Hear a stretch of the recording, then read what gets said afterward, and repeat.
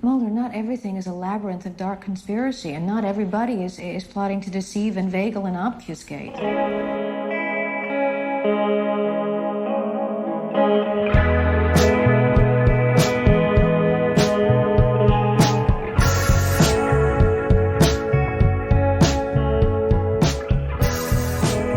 Hello and welcome to episode 86 of Most Unwanted, an X-Files podcast. We're getting close to that 100. I know. I don't know why. I don't know why it's so special, but I do want to get to that 100th episode. And we've got no plans for it. It's being normal. Let's hope it's a really good episode. I was listening to a podcast the other day that was the 100th episode of it, and they didn't even acknowledge it. And I was like, that's quite... Like, I'm so expecting, like, 100 episode bonanza. To not have it, I was like, oh, that's weird. Like, some people don't place the importance like we do. We like milestones. So. We like milestones. We also don't like introducing ourselves. So opposite me is Daniel Checkley. Hey. And speaking now, Luke Austin.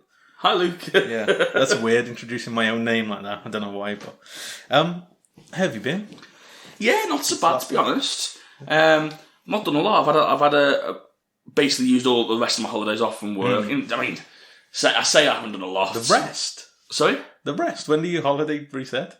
They reset at end of March, at beginning of April. April. Okay. Yours is like financial. Yeah. Okay. So, used them up. And to be fair, I say I haven't done a lot. I actually went through I had a birthday present. So obviously my birthday was in January, but we booked this for my birthday. And so we went to Wales and we went exploring some old mines underneath Mount Snowdon. Phenomenal. Probably underestimated what it was. We went for because we looked at it, and you know when you're looking at like a package of what you can do and stuff like that, and like the beginner's package was like, we'll go over 2 zip lines and we'll explore some of the mines, and then we'll go on we'll take a boat outside the mines. And I was like, it's a bit safe. Yeah. Let's go for the top package. And we went for the ultimate extreme package. They're all right. Yeah, exactly. And so we went for that one. And we got there and it was like traversing 140 feet caverns. And there was like nothing... so some of them was like where you had like planks where you had to walk across. But then others was just like literally there was a wall there and you had to try and get from one side of the wall to the other. Yeah. So yeah, it really pushed us to the limits, but oh god, I enjoyed it. It's just doing something that you haven't done, and like for days afterwards, I was lying in bed just thinking about it. You know what I mean? Yeah. You can tell us an experience has been really good when you're still thinking about it. Yeah, like literally running through it. Yeah. And, like one of my favourite bits was you get to like this old part of the mine where like it was right on one of the bottom floors, and it had all been flooded. Yeah, and so like you're just wading through. It's like up to your thighs, like water, but it's beautiful. You can you're like walking on the tracks where the mine carts used to go, and it was just so good. Really, really enjoyed it.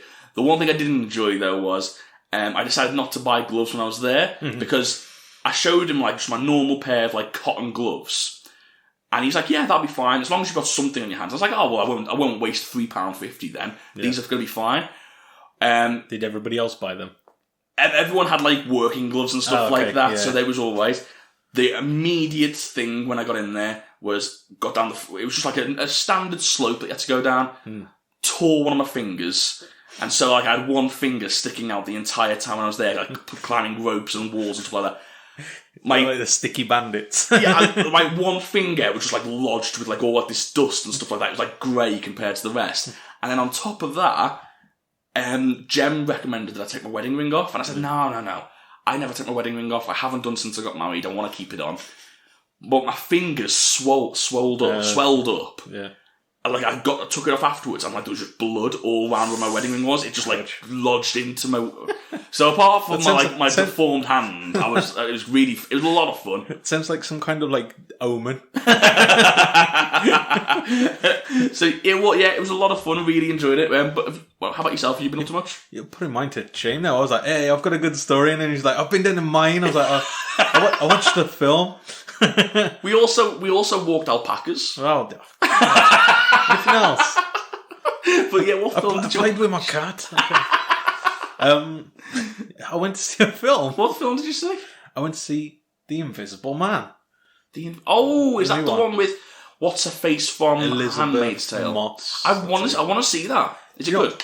Do It's the best cinema experience I've had because Tash suggested it. That's a mouthful. Yeah, it is, yeah. And I would just went, yeah, I'll go and see. I knew literally nothing about it. Other than that I thought it was probably a remake of like the original Invisible Man.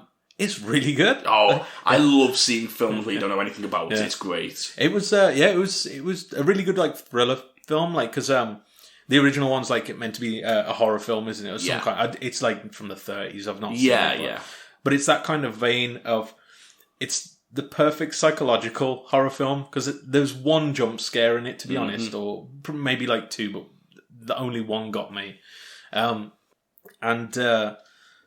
It's that kind of film where you'll have a big open shot of the kitchen. Yeah. And Elizabeth Moss, I can't remember the character's name, is cooking. And you're sort of looking around going, why are they lingering so much? Is he there? Is he there? And then there's one bit like where she goes outside because she hears a noise outside and she's just standing there. And then behind her, you just see like a breath. Yeah. And he's like, oh, like it's like constantly looking for things like that. And I've seen the classic shot of her in the attic and throwing paint over him, and then it just sort of forms around. Yeah. But it does look good. You know what? I don't know whether we might have spoke about this already, but I'm not the biggest horror fan. Yeah. Right. I like a good horror, but it's very rare that I find a decent one that'll sort of interest me enough to like. I still enjoy it, but I like to actually watch it over and over again. And I'll tell you why. The reason is I get annoyed by like decisions that we're making. Obviously, that's part of it. And, half of the people in these horror films are stupid and they make stupid decisions. I like this new trend of horror film that's coming out where it's a twist on it. Yeah. So, two films that spring to mind. One of them's, I think is it called A Quiet Place? Yeah. I think the one with the monsters with the sound. Yeah. You can't speak because they. I like that because you put yourself in that situation where what would I do in that, and for all the entire film, I'm sort of going, oh yeah, what would I do in that situation? It's just a little twist on it. And there was another one where I can't remember it. It was on Netflix a while ago. It was about the deaf woman. Yeah. Perfect because it's exactly the same film as all your usual sort of slasher thrillers, but with that added twist that it makes. Well, it's not dumb decisions that she's making. It's just literally she's making decisions because that's what's available to her. Yeah, I love that. It's just a little twist on it, and so yeah, I'm really enjoying that. But The Invisible Man, I really like the idea of that. It's really good, and like throughout all of it as well, it's constantly sort of you question it of whether is this really happening or because without spoiling it, it's sort of an abuse story. You know what I mean? So you constantly throughout all of it thinking, is this just like psychological trauma that's making her think like this, or is he actually invisible and he's following her around? See, that's what interested me because for never me, really explains it as well. And that's perfect. For me, what interested me when I saw the trailer was it didn't seem like a horror film. It seemed like a stalker film, but just that the stalker was invisible. That's the. Do you know what I mean? And it was just. I'd say it's a thriller. Like, there's no like over horror films are always like there's some kind of.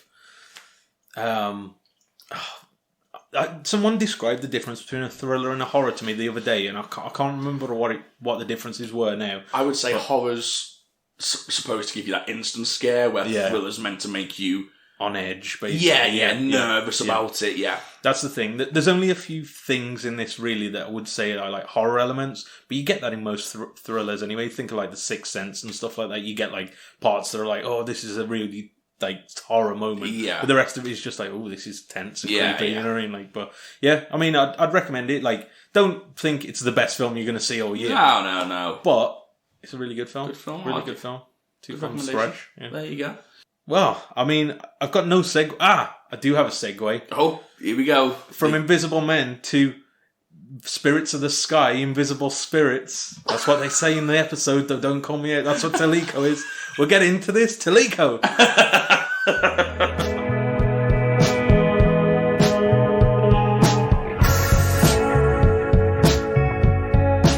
So this is episode 3 of season 4, titled Teliko, and we'll find out what that means a bit later on.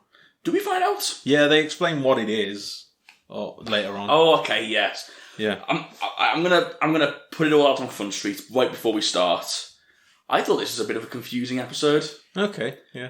Just for the reason where it was so overly technical in bits where it really didn't need to be. Like, you could figure out what was going on, but they just got themselves... I found they got themselves all knotted up into, like, this sort of big sciencey affair, and I was like, what? Like, you know what I mean? I didn't really realise what was going on. Like, and then I was like, well, it's what I thought it was at the beginning. But anyway, we'll get into that. We will get into it. So, this was directed by James Charleston.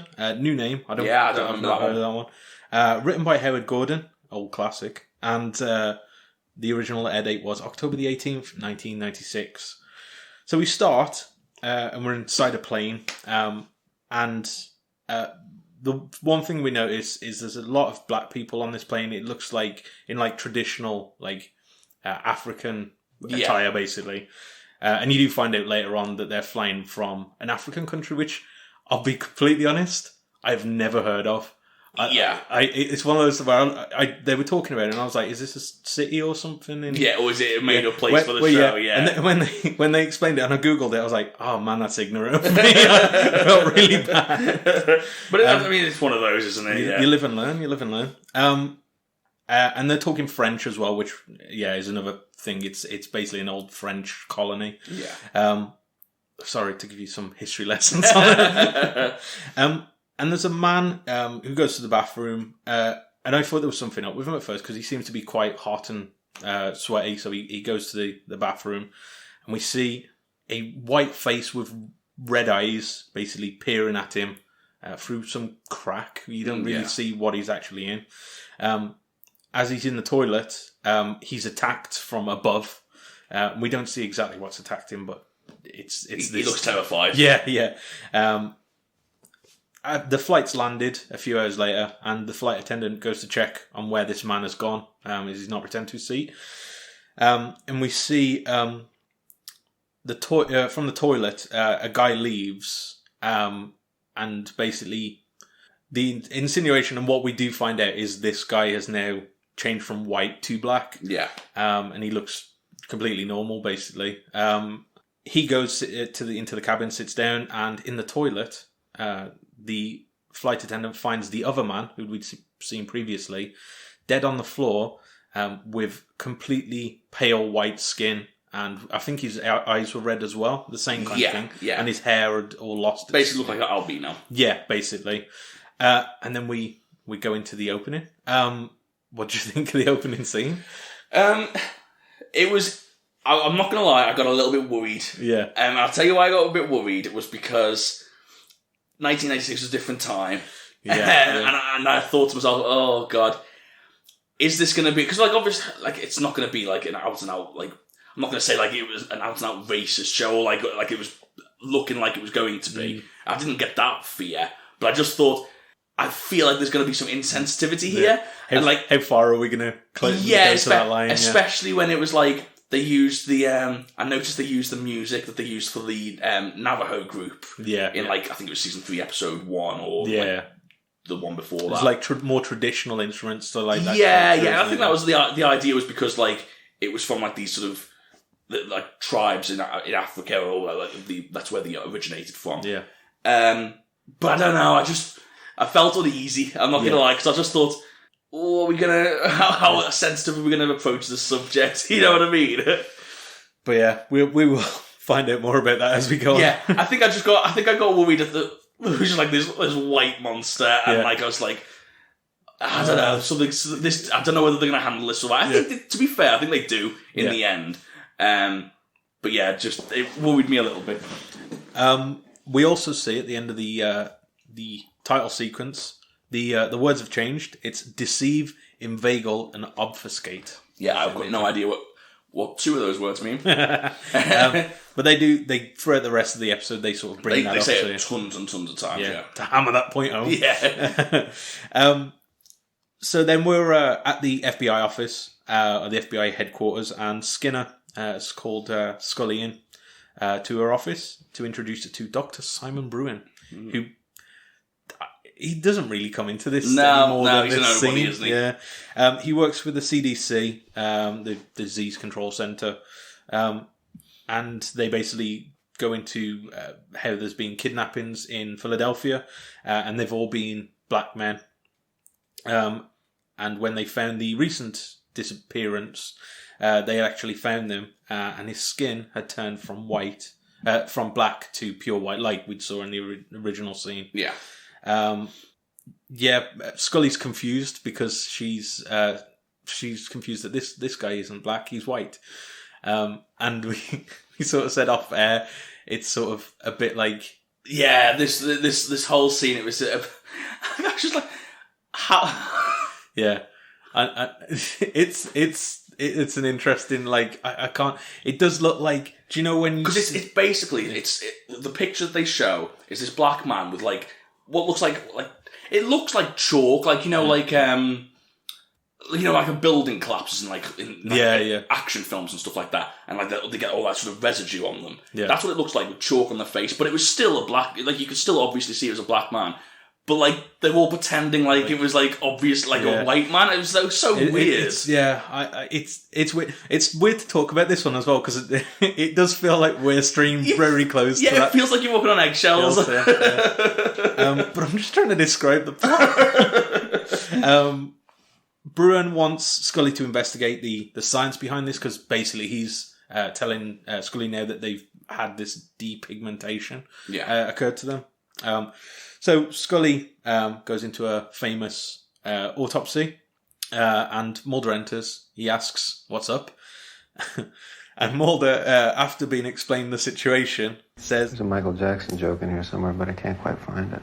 And it's like, let's not. These are the jokes I didn't want. This is Mulder. Come on. I think this is the only joke they did make about it, so that was fine. Like, much, okay. If that's the extent to where we're going to go, that's fine. Mulder's confused why the CDC is basically involved in a kidnapping, essentially. And Scully suggests that there's certain disorders that lead to this depigmentation. Yeah. But Mulder thinks that something else is afoot. Yeah. Classic Mulder. Yeah. There's something fishy going on here. Yeah, exactly. Yeah, he's got his own... Well, he said he doesn't have a theory, but he's working on something. I like the fact that even when he doesn't have a theory, he's like, well, it can't just be the most obvious. I don't have anything else, but there's got to be something. They've involved us, so there's got to be... Yeah, exactly. To be fair, it is a self-fulfilling prophecy, because if they've involved them, well, they know it's not going to be a normal thing. You know, it's got to be a dinosaur or something like that. I don't know. So he suggests that this might be a sort of a PR exercise to cover up the perception that no one cares that these black men are dying, basically. Yeah. Which, to be fair, this is 1996. I think the LA riots and that had only, 92, wasn't it? I think. So, like, there's still, like, that fresh memory of, like... Yeah. The government not caring. Well, it doesn't even have to be 1996, to be fair. Well, yeah. You can do it today. 2020. But yeah, like he's sort of bringing this up, and there's a scene later on that brings that up as well in a more like confrontational way, but we'll get to that. Well, that's the thing. There's another theme of this episode for me, where I felt like there was a point to be made with regards to that, but I never feel like they actually got there. Do you know what I mean? Like, I felt like there was an underlying point. Maybe there wasn't, and maybe that's why they never got there. But it felt like when I was watching it, that they was trying to sort of make a point about that, but it never quite materialised. I think ultimately because the villain, I suppose, in this was just a murderer. Yeah. When it come down to it, there's no sympathy to be had there. I mean, he is trying to survive, so I can understand the sympathy there. But they didn't really drill that in. Well, it turns out to be a monster of the week. Like off there, when we was talking about it, you described it perfectly as it turns out to be a pigment vampire. Yeah. That's the perfect explanation of it. To be fair. Yeah. So there wasn't anything to really sort of go into. But it just felt like that's where they was going, and it never really turned into that. So it was a bit of a strange one. Scully is a bit... she's a bit... not annoyed, but she says to Mulder that not everything is a big labyrinth of dark conspiracies, and it's not... and everybody isn't plotting to deceive, inveigle, and obfuscate. So again, this is where we get the first mention of this line. Yeah. But Mulder says he's off to stop more people from dying, basically. We then go to a an apartment building, and we see the attacker from earlier, and we find out that his name is Samuel Aboa. And basically he's got his immigration counsellor, I guess, calling for him, called Marcus. Marcus Duff, I think is his name.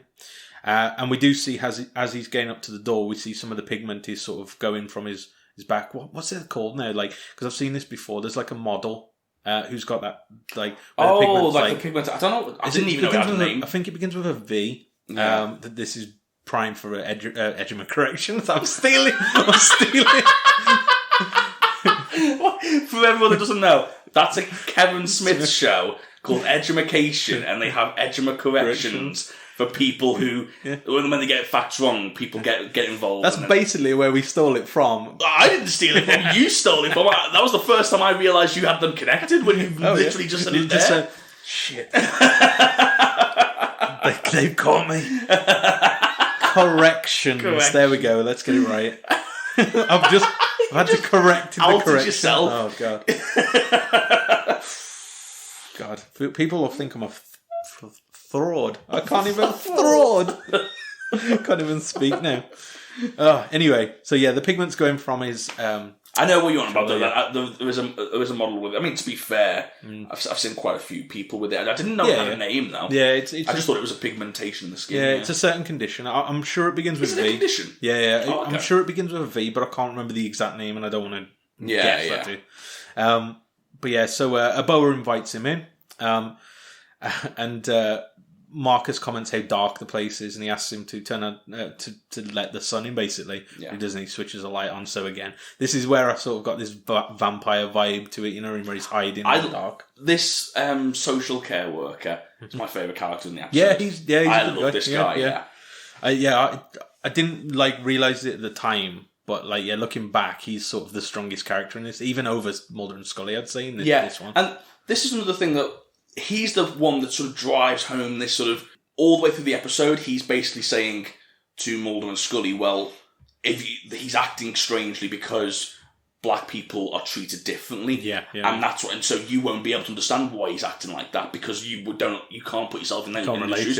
And that's where I thought, that's again another reason why I thought they're trying to make a point here, but they never really get to the end of it. But I really did enjoy that character.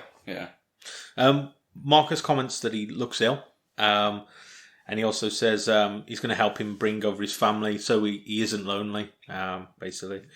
And Aboa says thank you in the most creepy way possible. Everything this guy says is really creepy. I don't know if that's because they're trying to say that he's, struggling with English, or that he is a monster, really. And he's just creepy anyway. We go back to the FBI headquarters, and Mulder is going to see Agent Pendrell. Penny in the house. I'm trying to get as many nicknames as I can out for the FBI. I like to humanise them. Penny. Penny's good. He's looking at some of the samples that Mulder sent over, and Pendrell makes the point, shouldn't we wait for Scully? And Mulder basically says that she's not coming down, as she has a date. His crestfallen face. He looks so devastated. Poor guy. But he's relieved, and he does let out a little smile when he's told it's with a dead guy. She's doing an autopsy. They go through what they found, but the crux of it is they found this seed in the samples that's from a rare passion flower, which is from West Africa, which comes into it a bit more later. But at this moment, we don't know what. No, and again, a lot of technical talk, but doesn't really say anything. So after some analysing, Mulder's on the phone to Scully, and Scully says that the seed is a depressant that works on the brain. And Scully also says that she's found that the pituitary gland, which I'm going to try and not say that as much as possible because it's bloody hard to say, in the victim is basically, she said it's necrotized, so it's sort of just disintegrated, I guess. Which explains why the pigment has completely gone. Now, I don't know. I don't know how this works. And it feels like sciencey talk to me. My understanding is if it went, you wouldn't produce more pigment, but if you died, you wouldn't just lose all your pigment in your skin. Yeah, exactly. I think the pigment in your skin stays, surely. Yeah, I think you just don't produce any more, which I imagine over time that'd disappear, like how you do get those, like the white splotches and stuff like that. That disorder was mentioned. I can imagine that happening, but yeah, I can't imagine it all being sucked away. Yeah, no, I don't think that's the way it works, but I'm not going to die on this hill, to be honest. It might. If it does, it does. in this world, it does. It does, yeah. Within seconds as well. Yeah. Like, it's like a milkshake. it just all the colour drains from someone. Do you know what? It would have been funny. I think this episode, it would have been an interesting change if we actually saw the depigmentation process. You know what I mean? That would have been... you do sort of see it on the main protagonist. Yeah. And antagonist, should I say, yeah. Where it's like, but with him, it's just like blotches appear. But it appears to be when they die, it's just everything. It's all gone. Yeah. I don't know. Strange. And she doesn't have a reason to why this would occur, basically. Mulder goes off and he says he's off to water the seeds of doubt. So I don't know what that is implying. But we then see he's at the United Nations building, and we see Marita Covarrubias. Got a name right this time. Nice. Mrs. X. Mrs. X. Yeah. And Mulder, instead of just meeting her like a normal person, decides to sneak up on her. Stalks her in the middle of the night. I thought this was a really weird thing, because it's like he intentionally creates like a drama where there's no need. Yeah. I understand for the programme you're going to do that, but I have an alternative theory. Okay.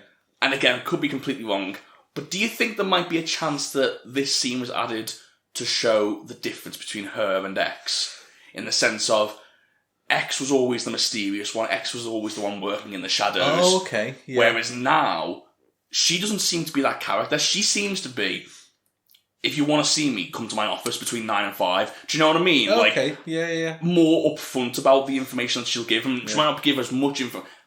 Again, I haven't seen the series, so I could be completely wrong. Do you know what? That makes a lot more sense. Than I felt that's what they were trying to do. They were trying to sort of show it a significant difference. I don't think she's going to be working from the shadows. I think she's going to be a lot more savvy. Okay. And I think she's going to be very clever with the information she gives. Yeah, I hadn't thought of that, to be honest, but that does actually make a lot of sense. Could be. But, or I could be completely wrong. Or Mulder's just creepy. Or Mulder's just a very creepy man. Yeah, could be. Mulder explains the situation and asks her if she knows anything, and she says that she doesn't know anything. Yeah. Thousands of like plant life and like illegal plants and whatnot make their way into the country every day. Yeah, exactly. Yeah, that this is just another one. Yeah. And Mulder basically says that he needs to know if she's on his side, basically, and he's still a bit cagey around her, I suppose. We then go to a bus stop back in Philadelphia, and there's a guy who's waiting for the bus, and he feels his neck and he starts getting blood on it, basically. Yeah, it looks like he's been shot. You hear the sort of yeah. Wait, no, you did it a lot better, dude. Okay, let me try. I can't do it. Yours is inwards. Yeah, I can't do it. He sucked the pin in. So yeah, he feels blood on his neck, and he's also got this seed in his neck as well. So now we know what this is, basically. Yeah. The bus starts arriving as this guy's vision starts blurring. He sort of becomes unable to move. The bus opens its door, and he has no time for this guy whatsoever. No. I feel like this is a commentary on, like... Yeah. Because he immediately assumes he's on drugs. Yeah, exactly. There's a lot of uncomfortable sort of... They never go as far to be, like, aggressive about it, but there does... Throughout this episode, it is littered like these racial overtones. Yeah, and it can get a little bit uncomfortable, even down to the fact that if you look at it, it's the immigrant that's dangerous. Yeah. Do you know what I mean? Like, and I know that it's not necessarily about that, but it feels uncomfortable dealing with that subject. Do you know what I mean? And the one good thing I will say about them is at least they put that social worker character in there to go, well, hang on, let's tell his side of the story as well, even if he does turn out to be the bad guy. Do you know what I mean? It gives it a bit of context. I did think with this bit, this is subtle racism, or like, not like, is it? Yeah, I'd say it's subtle racism done well. You know, like, as in, that sounds wrong saying that. What are you saying? So let me explain myself. So basically, this bus driver guy is being racist, but not like, you know, the aggressive. The thing is, it happens every day, and you've got to show it on TV. Like, you can't hide away and pretend like this sort of stuff doesn't happen. Yeah. And so I've got no problem with it being shown on TV.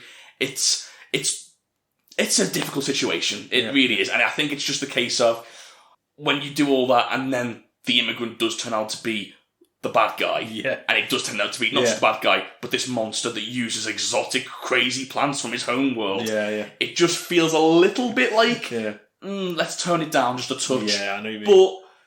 But it's one of those. It's a difficult subject to broach, isn't it? And it is. But yeah, I thought this bit was sort of done a bit more delicately, you know. Like, this like bus driver who's obviously an arsehole. He like, I've got no problem with showing racism and going, he's an arsehole. That's why, or not even necessarily racism, but just this. I think it's how he speaks to Scully afterwards that sort of makes it like he's the white knight in the shining armor. I tried to help him and all this, but he drives away, leaves this guy who's clearly in trouble sat there, and as the bus drives off, we see a boa staring at him. So we know he's goner.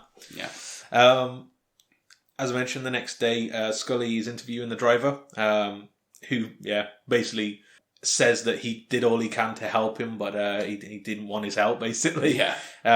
Bullshit. That didn't happen. He basically said, make sure you I had a schedule to keep. Exactly.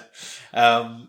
Mulder arrives, and Scully says that this guy who we saw earlier never turned up after coming back from his fast food job, and he always catches this buzz every night.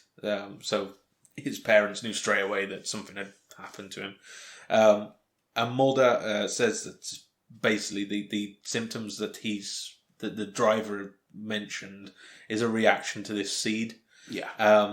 And also he has a report about the person we saw in the flight initially from West Africa, and basically spells out that this is a bigger thing than it's being talked about. It's not just Philadelphia.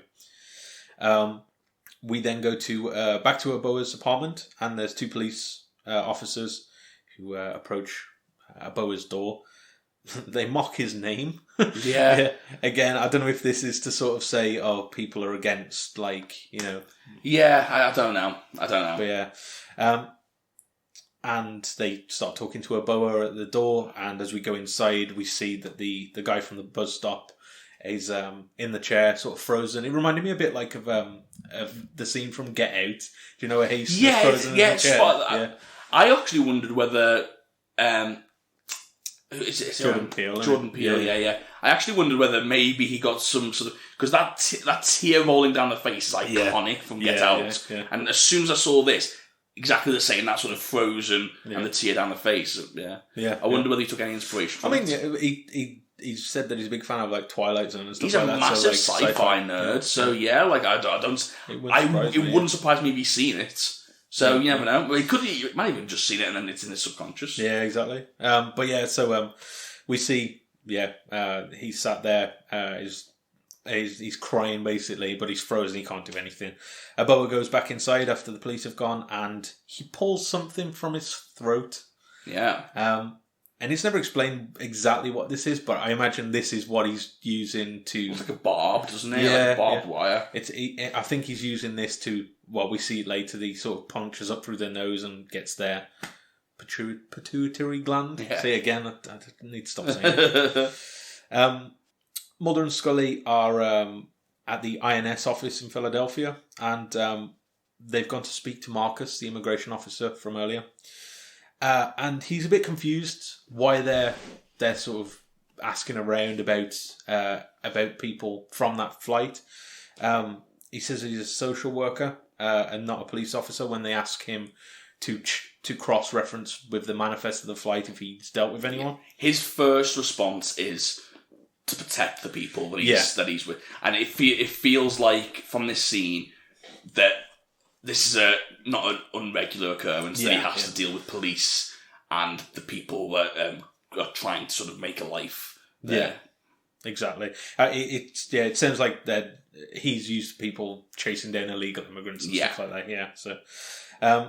and they inform him that this is related to a public health crisis, and he's sort of interested into what kind of health crisis. We immediately cut back to Boa's house now, and we see that Mulder and Scully are outside, so obviously Marcus has helped them with this manifest.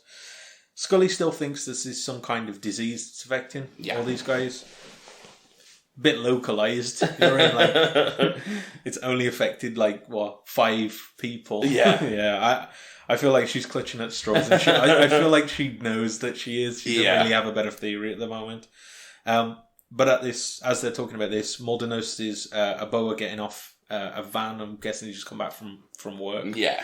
And as soon as Mulder and Scully approach him, he legs it. Yeah. He runs.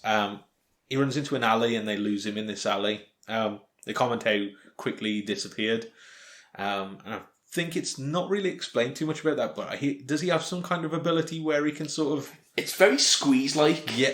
It's very Tombs-like. At the very end, I've got an overall thing, which we'll go over. But yeah, this reminded me a lot of Tombs. Yeah, and it never really explains how he does it. They just say he can fit inside a can of beans. Yeah. And I was like, okay.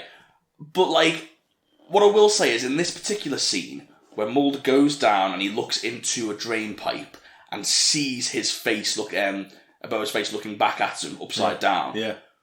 There's no way you'd keep it. Mulder should calmly go, Scully, take a look at this. I know, yeah. I would have been out of there. I'd be legging it down the street. Imagine going to see a drain pipe and then you see my face looking back at you.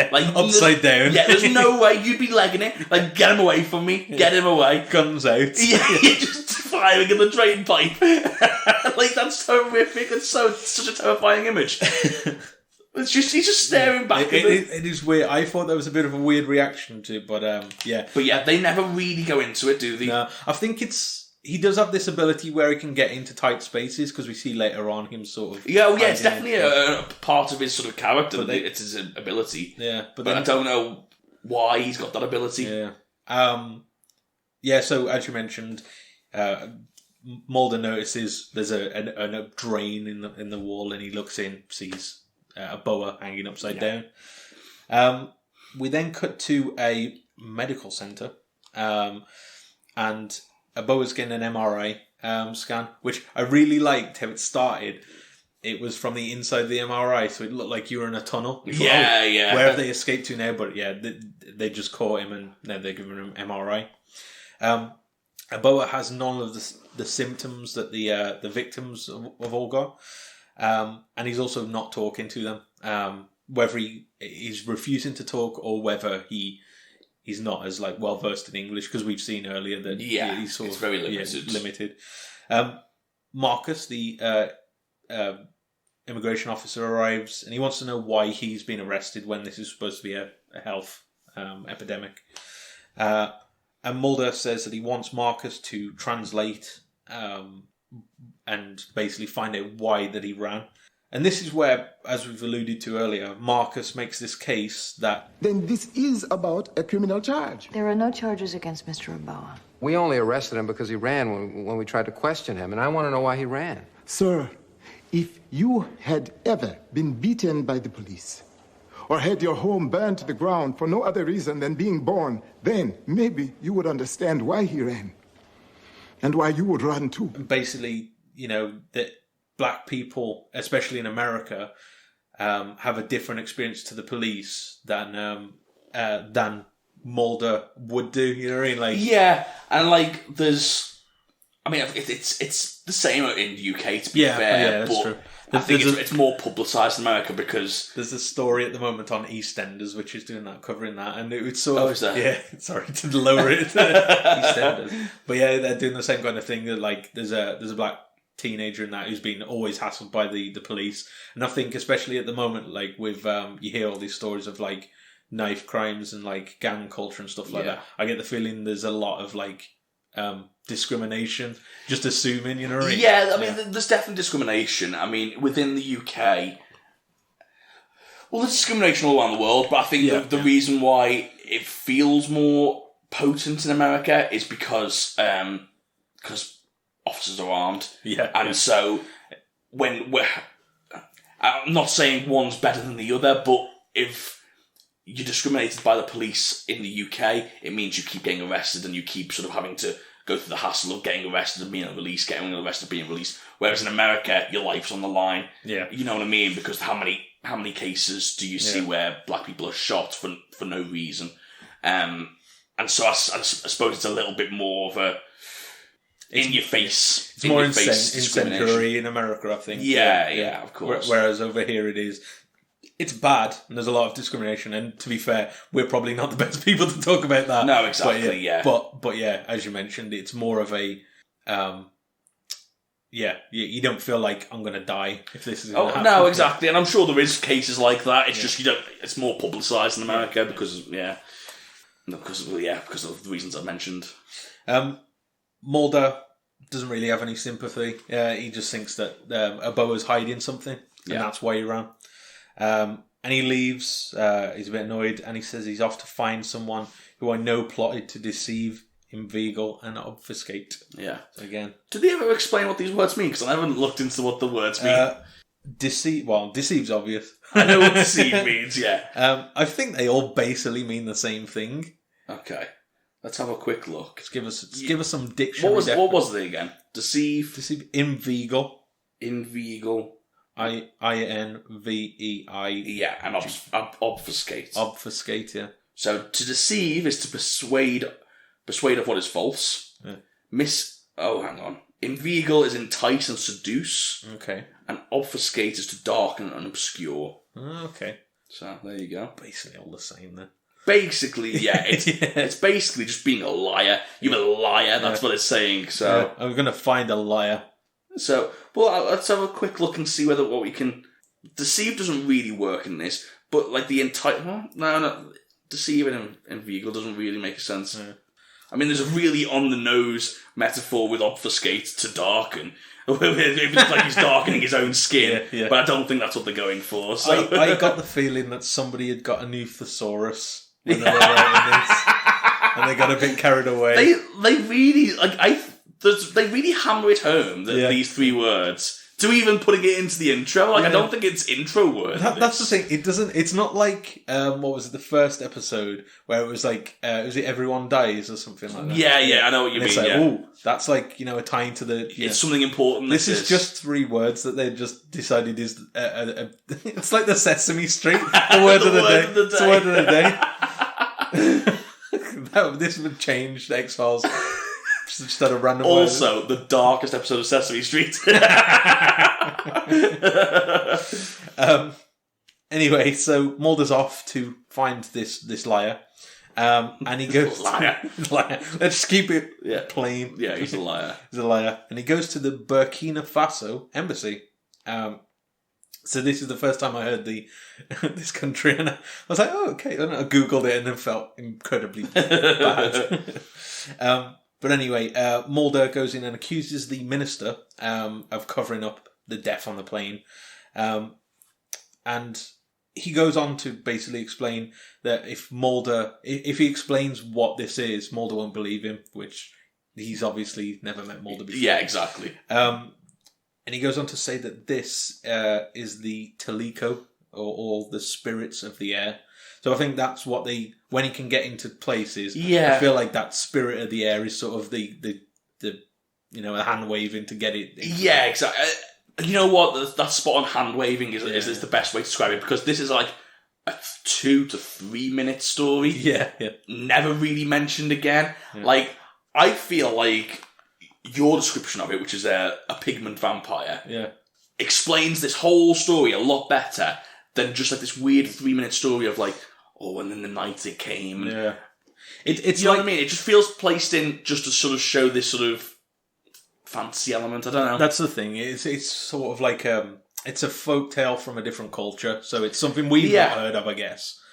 But yeah, it's basically this spirit that I guess drains people of their. I don't know if in the folklore it actually drains them of pigment, or if it's again just like a vampire and just because it never goes into that in the story, does it? Like why you do hear of that, like different cultures around the world. They've all got like a vampire myth, but they all are very different to. What a vampire is. It's the same as like Bigfoot and Yeti and Sasquatch. They're all the same thing. It's just variations. Yeah, I remember reading one. There's a Korean vampire myth. I think it's Korean. I'm probably getting this completely wrong, but I'm pretty sure it's a Korean one.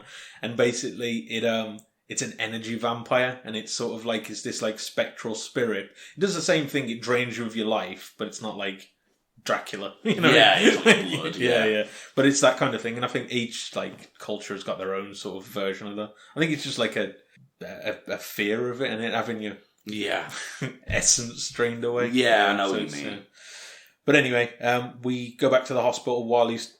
Do you think? Sorry to interrupt. But do you think we'll ever see a Frankenstein episode, or Frankenstein's monster episode? It feels like it would fit to the X-Files. Yeah, I mean, you could because Frankenstein's like sort of it's sort of like what you'd do with like a grounded version, I suppose, where you would do like I don't know, like a coroner, like goes rogue. You know what I mean? Like uses all the dead bodies and does like weird experiments with them. I wonder whether. Yeah, interesting. Maybe somebody at home is either laughing or going, "Oh, he's cracked it. He's cracked it. He's been watching season 7." We do not look ahead. We promise. There's only one monster I know from future seasons for sure, but that's because it was on all the posters for when it came back. And I know what you're gonna say. Yeah, is it the that sort of what do you call them? Ventriloquist dolls. Yeah. Is that the same one as you? Yeah. That's the one I know of. Yeah. Because that's the one I don't know whether it was controversial or not. I'm not sure, but I remember it being all over Twitter. Yeah. There's a picture of it. Yeah. Yeah, like going out behind a tree. Yeah. Yeah. That's the picture I've seen tons of times. But apart from that, I don't know any other monsters coming up. Not a clue. But yeah, so this guy explains what the Teliko is, and he explains this story of when he was younger and the experience basically happening to him as well. And also at this time we see that a boa has disappeared from his room. The minister says that he put it to the back of his mind, thought it was a nightmare basically, and then this happened, or he saw the image on the plane and realised that it was actually true. And this is where we see a boa has escaped by hiding in the dining cart. Yeah, so like a little drawer. Yeah, he just sort of peeps out. Again, this reminded me so much of Squeeze. It is. Just hiding. Even to the point where like the different eyes and stuff like that. You know what I mean? Because that's what they keep centering on. Yeah, his eyes. We go back to the hospital, and Scully is looking at the X-ray from a boa, and she notices that he has an object in his throat, which is what we saw earlier. And she also says that he has no pituitary gland. Yeah. So this is the reason why he keeps losing his pigment. But I don't think like this isn't scientific, is it? Where like how would stealing other people's pigments, if you don't have that, like it wouldn't work, would it? I don't think so. No, it's not like I said, you can't just suck it up and it's like, oh, it's absorbed into my blood. And exactly. Yeah, I don't know how it works. Yeah, but maybe we need to do some research on it. Yeah. Have you got a big bone straw? We'll give it a go. Let's try. Yeah, let's try. Mulder then arrives and says that a boa has gone missing. And we see later on Marcus is approaching his car basically, and a boa confronts him outside. And Marcus sort of is a bit shocked and scared, but then he realises that he's just been released from hospital. Yeah, he offers to give him a lift home. He's sort of laughing and joking. He's none the wiser, and he gives him a lift. Little does he know that a boa has this object, this bone straw. I don't know what it is. I just call it a barb, like a barb. Barb, yeah. Yeah. Is it barb? Is that a thing? Barbed wire, but barb. Yeah, I'm let's just say barb. It's behind his back. Yeah. Mulder and Scully are investigating this drawer that a boa hid in. And Mulder notes that he didn't even touch his jello. Yeah. Which is the biggest crime. And Scully also mentions that Marcus's car has turned up and Marcus is missing. So immediately we know what's happening here. Yeah. This is where we see that Marcus is frozen and just lying on the floor. It's in some kind of like alley. A boa gets this barb, this thing, and starts to put it up Marcus's nose, where we see now what he's been doing to everybody else. But as he's trying to do this, a policeman just appears out of nowhere, and sort of interrupts him. He calls for an ambulance, and we hear a boa escaping into sort of like tunnel. But leaving the barb in the nose. Yeah, exactly. Mulder and Scully are on the scene, and we find out that Marcus was found just in time, basically. Yeah, he's survived it. They can't find a boa. Mulder theorises that this is a survival thing, and he's evolved this way, and he's linked to some kind of lost tribe. And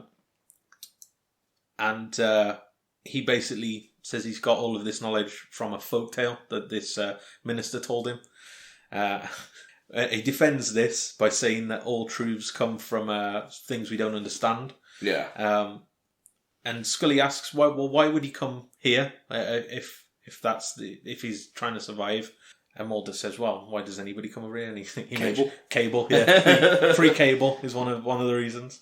They drove past a demolition site, and Mulder, with a brainwave, remembers that there was asbestos in one of the skin samples. So Mulder thinks that maybe a boa is hanging out here. Yeah, because they take the asbestos out. He saw him on the workers' van as well. So. Yeah, exactly. Yeah, that's a good point, actually. I completely missed that part. Yeah. So he just thinks, well, he might know this place. Yeah, exactly. And that's where he's kept him. Again, another abandoned warehouse, basically. And I was like, I wonder whether it's all the same warehouse. They're just filming different parts places, of it. Yeah. I mean, it would save production costs. Yeah. And I do like this because, again, as our listeners will probably know, we watch 2 episodes at a time. So I've already seen next week's episode.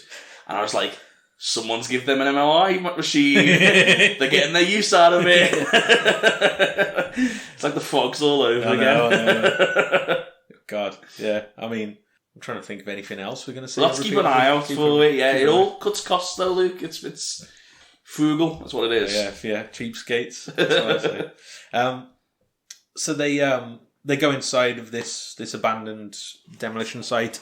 It's dark and dingy. I noted perfect for an ambush. Yeah, as always. Yeah, they never seem to see the obvious happening. Let's just turn the lights up. Let's turn the lights on in the place. Yeah, rather than going with torches. Yeah. We see a boa staring at them, and now he's got these red eyes, so we know that he's desperate now. He gets Mulder with the seed, and he collapses. Scully goes to investigate where he sort of collapsed. She crawls into a vent. Yeah. Safe. And this is where we see the other dead bodies, basically, all in the same state. She finds Mulder, who's sort of frozen in the same way that we saw the rest are. And we hear scurrying and crawling from behind her in the vent. And to be fair, a good shot from this bit here. Very, again, squeeze like. Yeah. We see him sort of just burst from round like the corner. Scully opens fire, but she misses, or it just ricochets off, doesn't get anything. I think in general, any human that's walking unnaturally is terrifying. Yeah. I don't know why. Yeah. Like, why is it so terrifying? I think a human on all fours, it's because it's so like... It's not human, is it? It's like a beast, you know? Yeah, and I don't know why. Like, it just fit. Like, I'm going to sound like the worst, but like, Jem gets quite scared about stuff like this. Yeah. And so one of my favourite things to do is, like, especially at night, at the bottom of the bed. So what you do is, you lift your arms... Tips for if you want to terrify your significant other. I come across really bad. Right, so this is the top husband award Okay. for how to do this. So you put your arms up to the side, so the elbows are up in the air. Yeah. And then your fingers are in front, so your hands are in front of you, and your fingers are facing each other. Okay. And so you walk along the floor like that, and it's terrifying, especially when you crawl up over the bottom of the bed. And like the Ring. yeah. But it's terrifying to... If you get a wig, you're a killer. I don't know why it is. There's just something so inhuman about it that I think we're trained to react with fear. I think it is. It's because, like I said, you see like animals walk on all fours and stuff like that. So it is. But that's like a dog doesn't scare me when a dog walks past. Maybe that it's because when a human does it, your ass sticks up. You know what I mean? Because your sort of body's not. And like your elbows are up in the air. Everything's like at a weird angle. It's very insect-like. Yeah. And like there is that sort of natural fear to the reaction to insects. Yeah. So maybe it's something to do with that. Maybe there was a predator back before like all of. It might have been like you don't know, like something. I'm just thinking of like the monster from, as you said earlier, Quiet Place. That thing like.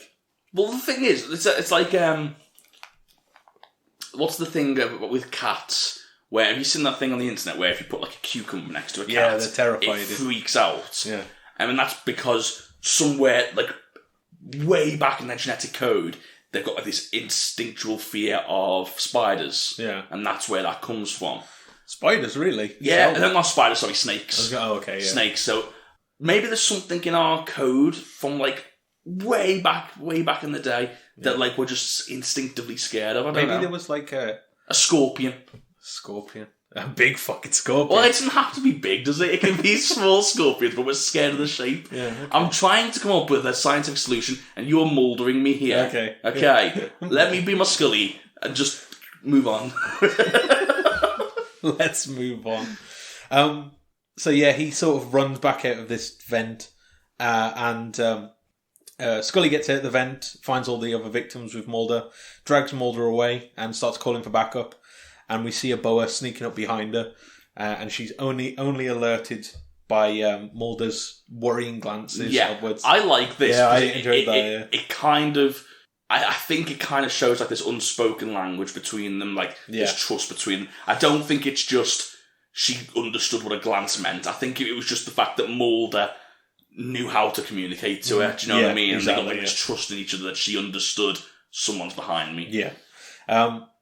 And she does. She turns around, and as a boa pounces, she shoots and hits him. We then cut to the final scene now. This has all been wrapped up, and we get a nice wrap-up journal entry from Scully. She says that Marcus has recovered, he's fine, and he's testifying against Oboa for these disappearances. But she says that Boa might not even stand trial because he's basically dying now due to his lack of pigment. They've been doing everything to try and save him, but he needed that to survive. Yeah. And we get a good quote to end on, I thought, where Scully basically says... Special Agent Dana Scully, Field Journal entry number 74. Despite acute trauma to his pituitary gland, Marcus Duff was discharged early this morning from Mount Zion Medical Center. He is expected to testify before a grand jury in the capital case against Samuel Oboa, who is being charged with 5 counts of murder. It remains uncertain, however, whether Oboa will live long enough to stand trial. His response to hormone therapy has been poor, his deterioration progressive. My conviction remains intact that the mechanism by which Oboa killed and in turn survived can only be explained by medical science, and that science will eventually discover his place in the broader context of evolution. But what science may never be able to explain is our ineffable fear of the alien among us, a fear which often drives us not to search for understanding, but to deceive, inveigle, and obfuscate, to obscure the truth not only from others, but from ourselves. So, yeah, cool little... I think that's the thing, that they are aiming for this sort of immigration and sort of like racial story. But yeah, it didn't... Big because ultimately he was this monster, as we've said. Yeah, it works if he's not the monster. Yeah, but it's a weird story. It's not weird, but it's a difficult story to tell, and it's difficult to approach those subjects. If you're saying it's like me, it's hard to approach that subject and say not every immigrant that comes into the country is a bad guy. But this one that we're talking about right now actually is a bad guy. You know what I mean? He eats babies, so it's like, it's hard to sort of tell that story. But it's X-Files at the end of the day. I'm sure they didn't go into this saying, let's get out a huge message. Yeah. They're trying to tell a story. And I feel like I said, I feel like I can see parts, especially the social worker, where they've actively tried to sort of go, right, let's get this side of the story in, which I commend them for. It felt a little bit uncomfortable at times, and I'm not sure whether that's because it was a long time ago. Yeah. Maybe it wasn't as uncomfortable in 1996. Yeah. But in 2020, it feels uncomfortable. Yeah. Bits of it. But it didn't take away from it. Yeah. As a whole, I mean, I'm assuming we're going on to our overall views. Yeah, what do you think? I wasn't a fan of this episode. No, yeah. I enjoyed it for what it was, but like I say, it just felt like they kept on throwing all of these sort of science mumbo-jumbo words at me that didn't really... It was just trying to overcomplicate things to make it seem interesting. I just don't think it really ever grabbed my attention that much. And then this weird 3-minute story to say, well, actually, it's a monster from back in the day. Yeah, yeah. Okay, but it didn't really have any effect on me. You know what I mean? I got a little bit bored of him, I'm going to be honest. I thought it was an okay episode. It had I liked the idea of he's draining this pigment. I was like, it's an interesting idea. And I thought the ending sequence in the warehouse was really good. I really enjoyed that. But it's just way too similar to Squeeze, as we mentioned before. Yeah, there was those comparisons. Squeeze and Too Shy of this, it's somebody who has this natural need to take something from someone and they're doing it in this way. And it felt a bit too formulaic, you know what I mean, of the monster. So I think that did drag it down. So, yeah, it was okay. Yeah, I think summarising. And again... How many times have we said it? Not every episode can be a home one. Yeah, exactly. We're getting into, our 70th, 75th, something like that episode. There's going to be some episodes which don't quite hit the mark.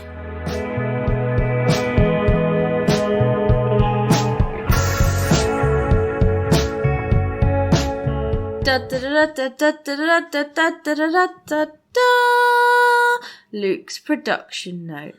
Writer and executive producer Howard Gordon was originally working on an episode about someone who appeared to be immortal, but after discussions with consultant producer Ken Horton, he added in the notion of xenophobia and a melanin-sucking albino vampire. So, yeah, I mean, so even they were sort of using this vampire terminology. Yeah, which it makes sense to me. If they'd have just... you know what? I feel like I'd have enjoyed the episode more if they'd have just gone, in the first 10 minutes... it's an albino vampire and it's something to do with along them lines. Yeah. Sound, at least we're all on the same page now. We know what we're doing going forward. There was a bit wishy-washy of whether this was a scientific thing or if it was a mythological thing. Or even just a medical thing, with this whole thing with in the brain scans and whatnot. Yeah. There's too much explanation. Sometimes, it was so much explanation, that's the thing. Sometimes... It's like that with zombie films and that. The worst ones are the ones that this is exactly how this has been, because it falls apart then, because it's that doesn't make sense. Yeah. And it's dead. And it's spot on because you know what? I think you've hit the nail on the head for me. Yeah. It is too much explanation because not only do they over-explain the reason why he's like this, they over-explain 3 different theories which don't even make it, aren't even the reason why he's like this. Yeah. So it's just constant explanation. It's too much. Yeah. Too much. Series creator Chris Carter approved the storyline, but the first draft of the script was met with disapproval by the writing staff, and the story was reconstructed and rewritten. As the episode entered pre-production, Carter asked Gordon to refine the script to give it a purpose. And it was then that the Gordon came up with the theme of deceive, inveigle, and obfuscate. It does feel like a tack on, for be honest. Carter also came up with a boa's weapon used to extract the pituitary gland that he had kept hidden in the esophagus. So that's it's a CC original, that one was. Okay. It reminded me of, did you ever see Egyptians used to use a similar type of thing? For the brain extraction. Yeah. It was very similar to that, but like a thinner version of it. Basically, yeah. So I'm assuming that's where we got the idea. Yeah. Teliko is Greek for end, though Teliko is the name of a spirit of the air in Bambara mythology, which is sometimes thought to be an albino. Okay. So yeah, so there is reasons for it. Yeah, there's like a mythological basis behind it, which makes sense. But yeah, fellow writer John Shaban suggested that the Teliko emerged from the country of Burkina Faso, based on his former job of programming foreign airmail rates for a computer software company. So there we go. Casting for the episode was difficult as the production team wanted real African actors. They auditioned everyone they could find, including an African theatre troupe that was passing by. The role of Marcus Duff eventually went to Carl Lumbly, who was known for his role on CBS's Cagney and Lacey. Okay. Sounds like a programme of the 90s. Really. The role of a boa, this one I thought was quite interesting, went to Willie Amake, a Ghanaian Olympic runner who had just returned to his home in Southern California from the 1996 Summer Olympics in Atlanta, Georgia. Okay. Yeah. Wow. So I wonder why. Fair enough, but I wonder why they went. God knows, yeah. Okay. Maybe he's like, I need a new gig now. I was going to say, I feel like you're paying him a lot more than you are just an average sort of actor off the street, you know what I mean? Like, why go for that? I don't know. Yeah, not sure. Maybe his agent was like, fancy acting. To appear albino, what a first gig. To appear albino, Amake's skin underwent several layers of cover-up cream, layers of white powder, and a little pink powder for colour. He also wore contacts for the transparent pink eyes. I always forget that this makeup must have been a nightmare for those scenes. Yeah. Again, though, I don't think it really looked like the pigmentation. It looked more to me like it was like dust on the base. Yeah, you know what I mean? Yeah. It looked too much, didn't it? Yeah. Amake's hair was dyed orange for post-production special effects to change it back and forth from black and white. Okay. So that's interesting, yeah. I suppose it's like a negative, and it like you can... so you can make it whatever then at that point. As revealed on his resident alien card, it's always... God, what am I trying to say? It always strikes me as weird that, like, in America, what we would say as an immigrant, they call alien. It's just a weird term. They do say immigrants, though, don't they? Yeah, as well, but they do say aliens. It's not a UK thing to call immigrants aliens or like an alien. Yeah, I know what you mean. I'd feel like I'd offended them if that's an alien. But this is what the notes have got. So anyway, as revealed on his resident alien card, Aboa's birthday is September the 25th, a reference to the birthday of Gillian Anderson's daughter. She's getting a lot of references, actually. She was in Piper Moreau, wasn't she? As well? I think so, yeah. I know I said this a couple of episodes ago. I'm starting to get to the point now where all of them are like merging into one episode. I don't know episode titles anymore. I used to. Like through season 1, I could tell you which each episode was. I feel like the production notes is helping me remember. Yeah. I need to sort of go back and sort of familiarise myself with the titles. Just list them all out and just read them all. Teliko's opening sequence makes use of an airplane cabin set built for later season episodes, Tempest Fugit and Max. So we're going to get a lot of plane episodes again. You'll see. Though the set's hydraulic shaking rig had not been completed yet, so we're also going to see a shaking plane. A few episodes. Composer Mark Snow used African drums, flutes and chants in his score for the episode. He also used samples from the Bulgarian Women's Choir, a recording known in Southern California in promotions for a local radio station. Compositions by Snow often utilised elements of African tribal drums, but Teliko features rather prominent usage, which we commented on. Yeah. I mean, especially at the beginning when it was like it was so obvious that's the sort of what they was going for. Yeah. With the like the flutes. That's in the production notes. We've got a little bit of feedback if you've got time for that. Do you want to do feedback or Critic's files? Oh, we first? should do Critic's files first. Alright, we'll do Critic's files. It stinks.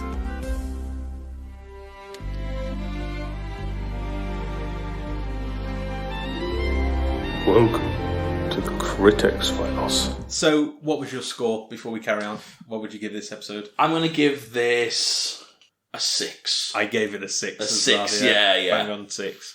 IMDb gives it a 6.8 from 2,547.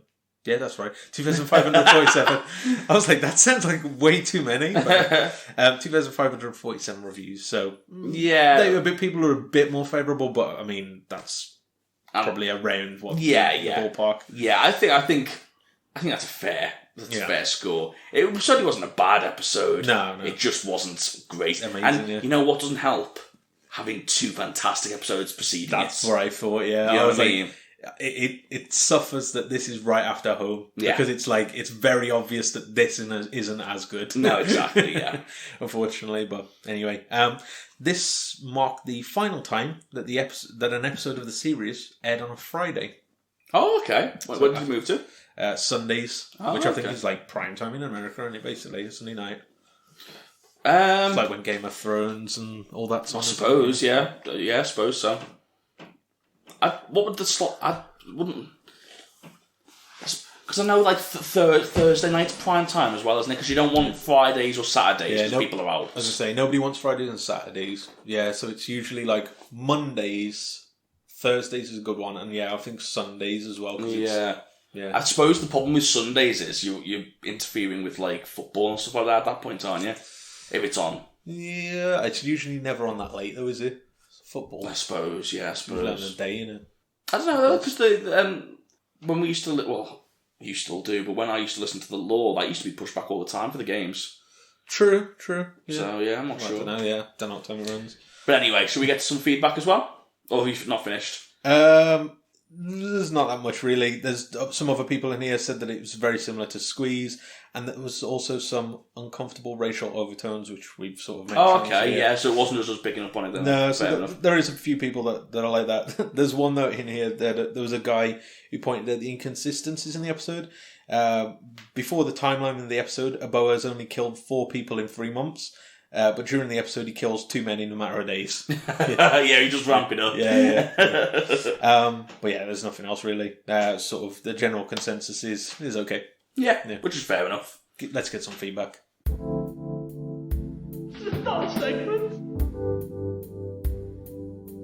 Welcome to Dan's Twitter Corner. Okay, so we've got quite a bit of feedback because we didn't have time to go through them in the first few episodes because we ran quite long. So I'll just read a few things that we've got going on, just a sort of smattering of it.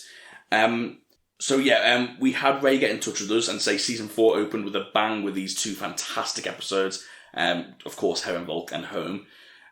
She rated Home a 10 and the former a 9. And she also mentioned a little trivia for us. The mother under the bed is the same actress in Clyde Bruckman, the palm reader, Madame Zalma. I mean, I would have never recognised. No, not a chance. No way at all. That is interesting, though. Yeah, definitely. We also had a couple of tweets from the Twitter handle Green Elf Oz. She sent in a video. Have you seen the outtake of the autopsy in the cupboard from Home? Now, I've not got around to looking at this yet. Have you? No, I've not watched. Do you know what? Should we watch it now and we'll come back? Okay, yeah. Let's put elevator music on for 30 seconds whilst we watch the video. Okay.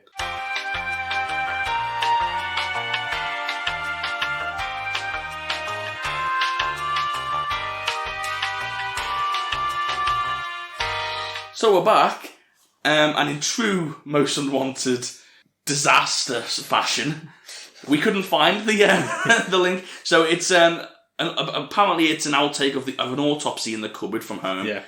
We couldn't find it. So if you've got a link to it, Send it over to us because I do want to see that. Yeah. But I had a quick look, I couldn't find it anywhere. This is where we've got to buy the DVDs. It might be, you know what? Actually, it could be in the DVDs. Yeah, and we've got we watch on Amazon, don't we? So it's one thing about modern like Netflix and stuff. Somebody mentioned this. Commentary tracks aren't a thing anymore.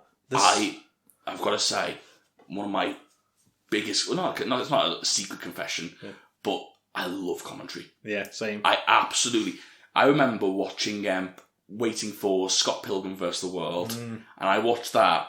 God, I know I didn't have a job at the time, so there's a reason for it. I watched that 4 times in a row with all the different commentaries because I find it fascinating. Do you know what I love? Like that's why I love that it's Chernobyl podcast because it was basically a commentary track that you could listen to without watching it. You know what I mean? Yeah. So I feel like that's something they should tap into more these days is doing a podcast version of it. Well, it's recently been announced today that Craig Mazin, who did the Chernobyl, is now doing a Last of Us TV series for HBO. Yeah. And that's coming out in a couple of months. And I do hope they do a podcast for that as well, because I'd be very interested in listening to it. Yeah, that'd be really good. Because I'm assuming they go into the game lore as well. But anyway, let's get back to feedback. So we'll just touch upon a few more. We had Ed Meredith got in touch with regards to Home, saying it's one we've been waiting for, notorious for not being allowed in reruns until later syndication. And she said, if you don't get the Sheriff Andy Taylor and Deputy Barney references, check the Andy Griffith Show from the 60s. Historical Americana TV pop culture. I think those are bits that we're always never going to get, unfortunately. Yeah. But then again, it's not really made for us, is it?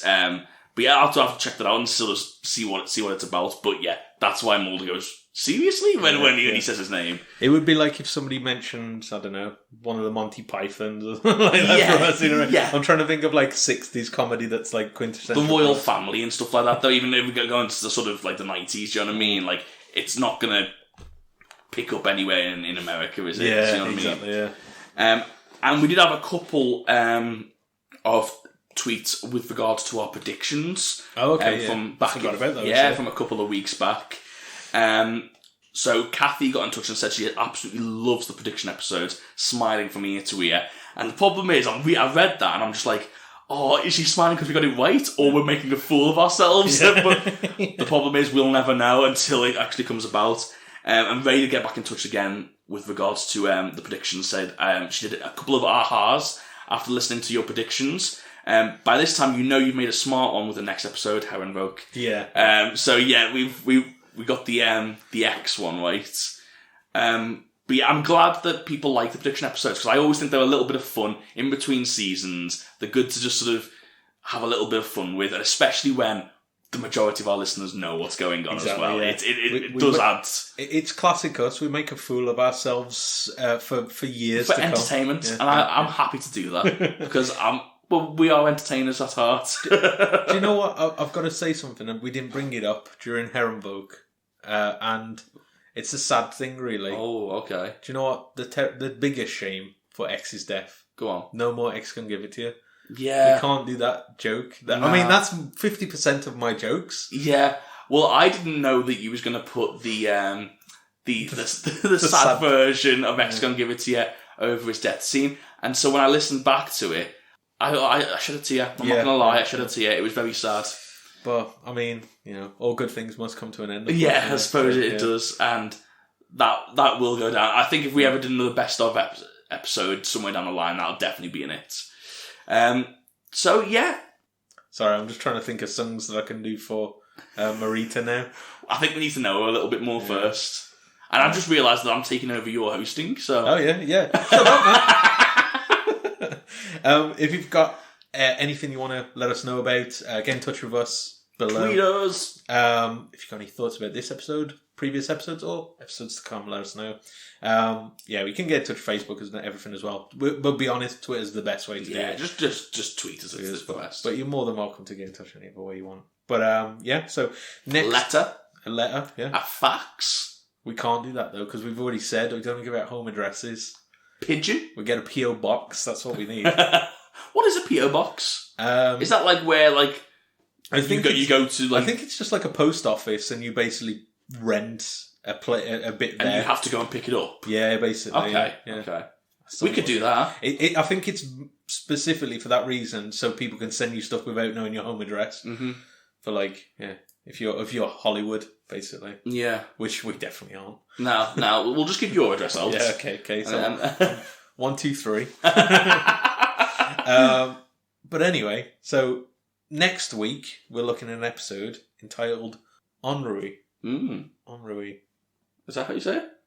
I think it is. I'm looking forward to talking about that. I mean, to be fair, the amount of times where we look at an episode title, X-Files is notorious for this.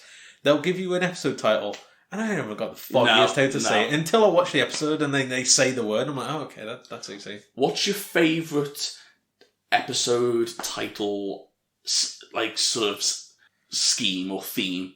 Do you have one? Theme? So, like, I know... Did you ever watch Vinyl? No, I haven't watched it. It was really good. Very Boardwalk Empire-ish. Yeah. It was sort of set in the 90s, and it was about, like, this sort of... This guy who owned his own music record label. That's it, yeah. And it's the trials and tribulations of that, basically. And each title was a famous song from the time, and it was like... That's pretty good. It was. Yeah. I really liked that. It was quite a cool way to do it. And there was an anime that did it recently as well, called Carol and Tuesday, and the intro, even the artwork, was like the record of that. Okay. So yeah, that's mine, I think. I think my favourite episode titling, because it works into a joke, is Always Sunny. Yes. I mean, the episode title itself might not be that funny, but because that comes up right as something happens. The gang. Yeah. Like, well, you've got like Danny DeVito saying how no one's going to get hurt, and then it comes up. The gang get hurt. It's an instant gag, isn't it? Yeah, exactly. So I think that's my favourite. Kind of... Friends does the same one, but it's the one where... Yeah. These... The only trouble with Friends is it's never explained what the episode title is unless you go looking for it, is it? It's just... No, does it not come up on screen? No, they don't do that. Oh, does it not? So I can't remember. It only does on Comedy Central, and it's in the top corner. Oh, yeah, there you go. Well, we took a real detour right at the end there. Yeah. It's natural. That's most unwanted way to do it, so... Come back next week and we'll take a look at them. If we've got time. See you next week, guys.